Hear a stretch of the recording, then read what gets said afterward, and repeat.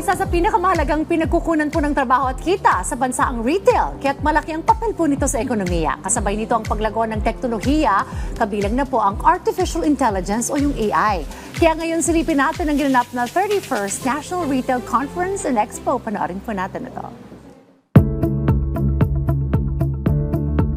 Bilang pangunahing pinagmumula ng trabaho at kita para sa bansa, ang sektor ng retail ay may malaking importansya, partikular na sa ating ekonomiya. At kaugnay nito ay kamakailan lang ay naganap ang 31st National Retailers Conference and Expo sa pamumuno ng Philippine Retailers Association na nilahukan ng retailers at mga negosyante mula sa iba't ibang panig ng bansa. Ang tema nito ngayong taon ay nakatuon sa pagyakap ng mga kumpanya sa mabilis na pagbabago ng panahon, partikular na sa pag-usbong ng artificial intelligence o AI sa industriya. Tampok rin dito ang iba't ibang AI-driven at advanced technologies na layong palakasin ng retail operations at sumabay sa global industry na maaring magbukas ng maraming oportunidad sa industriya. We have to really retool and reskill ourselves so that we get more comfortable with AI and working with AI.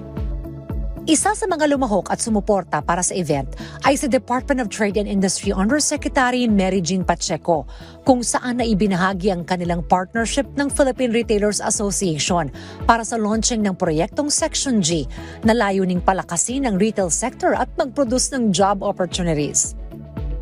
This is the country's first framework dedicated to future-proofing the wholesale and retail trade sector, designed to align our workforce and supply chains with the evolving needs of the industry.